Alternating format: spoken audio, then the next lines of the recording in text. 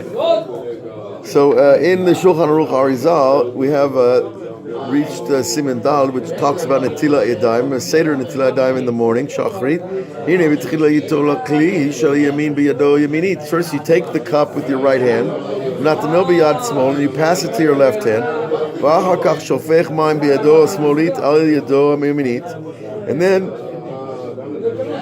with the water in the cup, he waters his right hand. The left is watering the right. In other words, the left hand is always the servant of the right hand. That's one way to look at it. Who is the master and who's the servant, right? And the right hand is always usually considered an item that we do kindness with, like giving charity, etc. And the left hand is a hand that we usually assignate the yad gedolah, the hand of might, the hand of strength, the hand of power. So we're always looking to make the left, the power side, subservient to the right, the chesed side. And then afterwards, the right hand pours water on the left hand, and that's one round.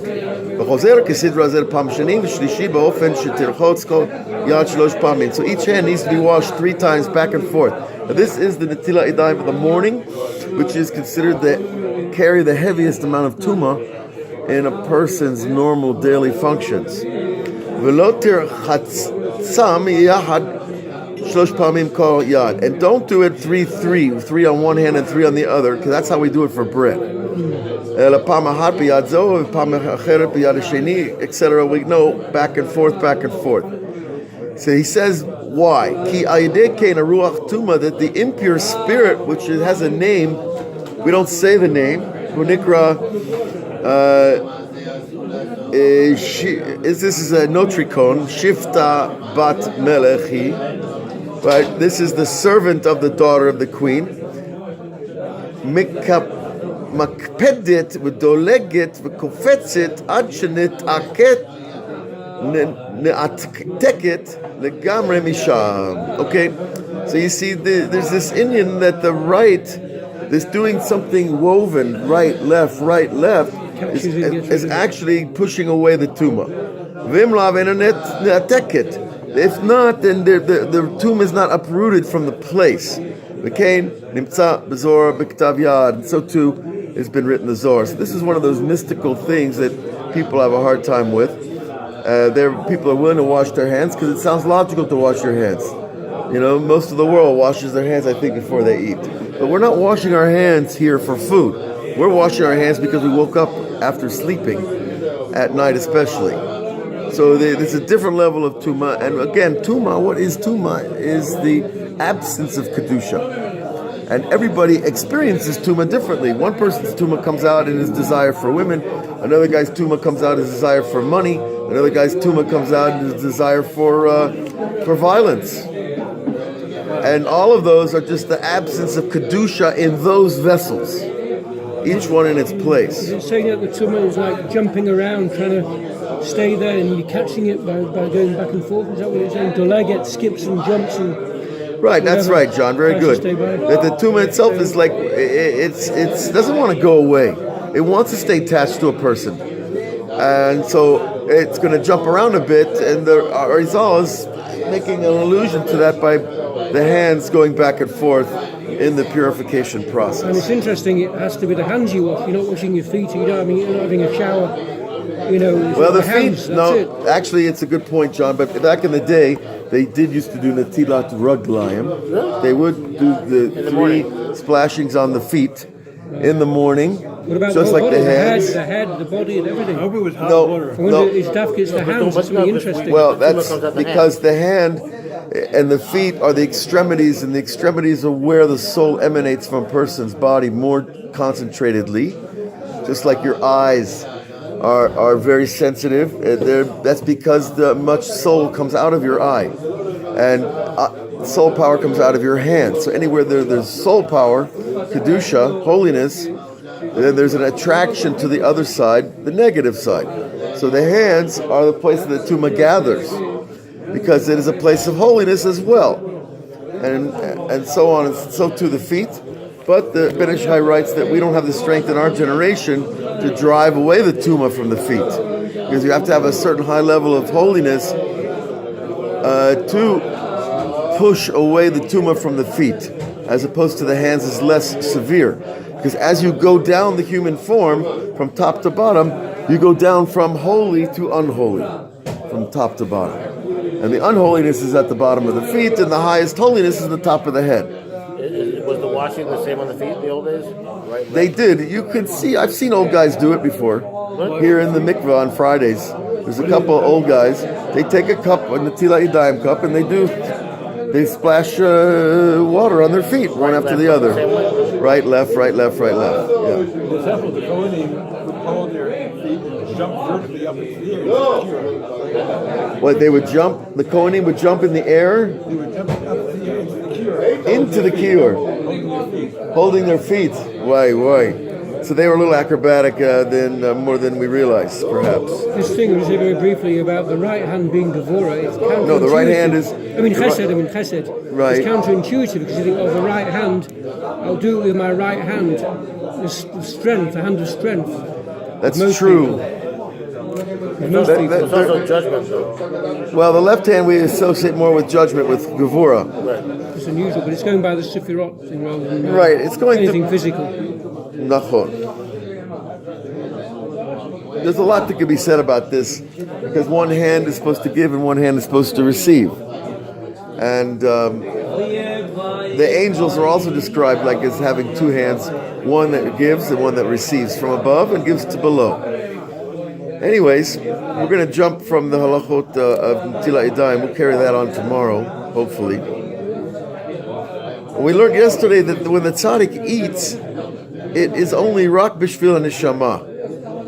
As it said, tzaddik ochel lo sovan nafsho, that he eats until his soul is satisfied, and that's not the body. Now, most people would say, well,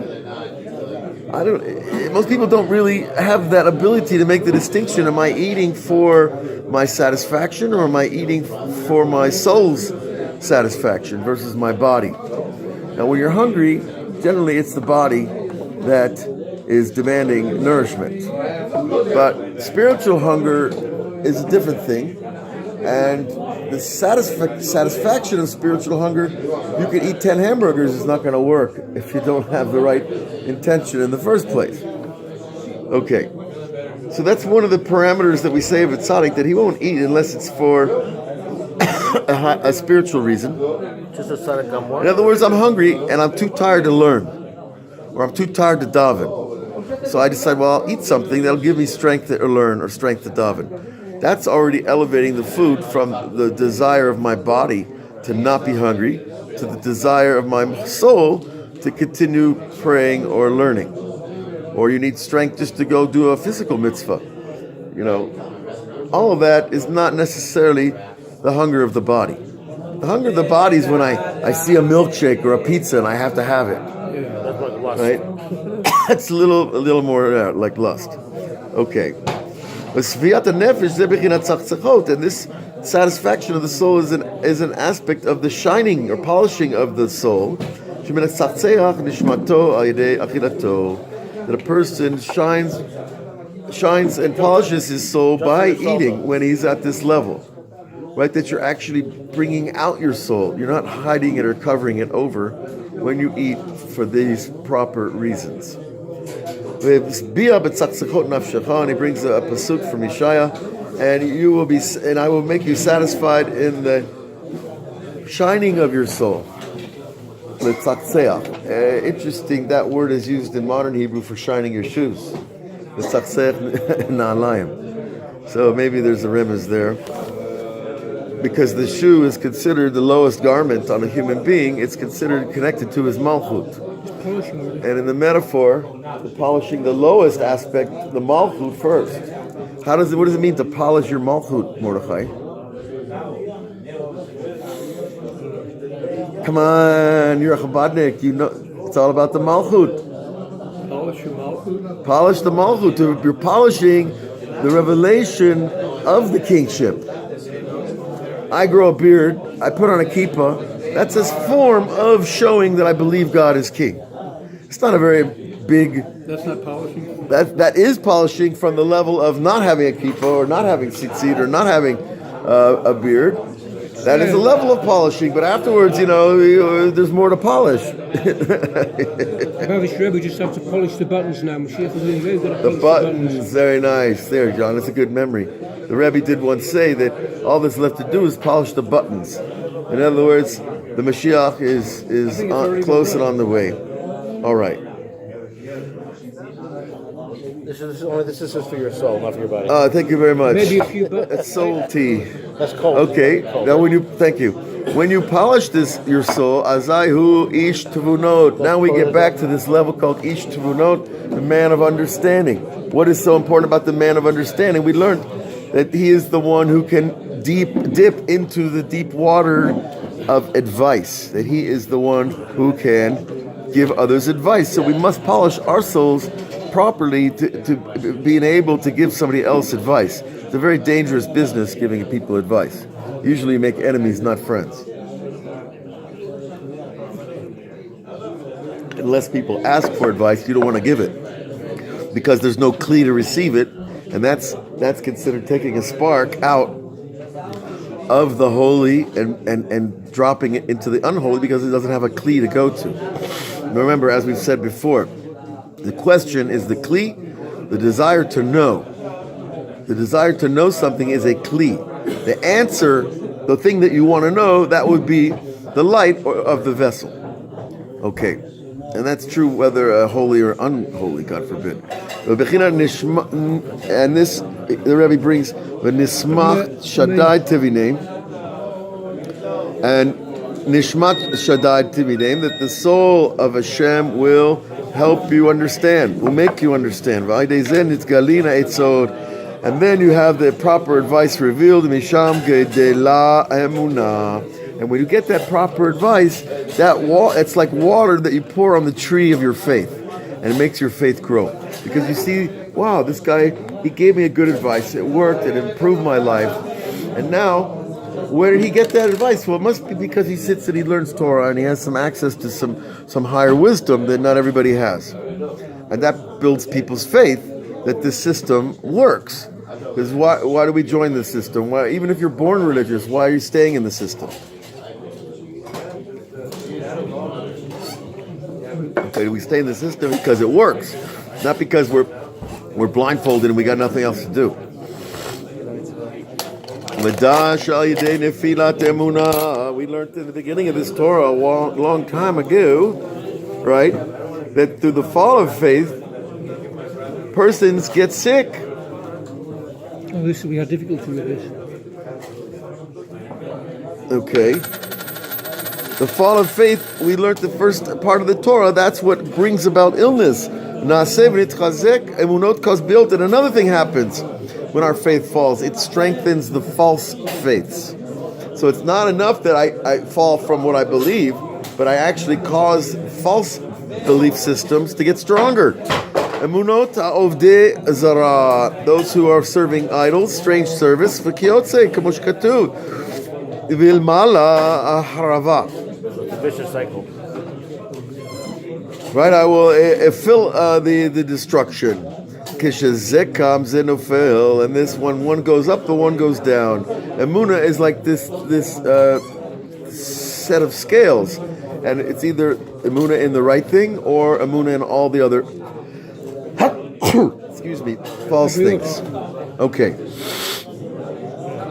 So that's another idea of this continuum. We talked earlier about the continuum of good and evil, mixing the good and evil in this world.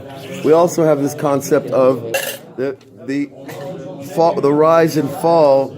You think of it like the teeter-totter that the kids go on in the playground. The seesaw, thank you. They go up and down. That's really what's going on with the true or false faith. I saw Esau sitting on the seesaw. Which makes sense why somebody who has emunah in the wrong thing, they have the koach to be turned and become great tzaddikim. If they have strong faith, right. It's where their faith is put is the problem. But the people that are apathetic are the worst. The ones that are apathetic. Because they don't care.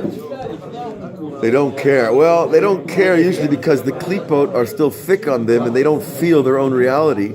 They don't think about reality. They don't think about the fact that one day they're going to not be in their body and they're going to have to go somewhere and deal with it. They don't think about the fact that the way I behave affects my wife and children and my community and maybe the whole world. They don't want to think about those things because that's all about responsibility. And responsibility is where it's at. It's difficult. But somebody that's angry at God is more likely to turn. Interesting. Angry at God. Well, we had God's anger yesterday. Now we're talking our anger at God. We'll have to talk about that tomorrow. Yeah, it's true. It is true.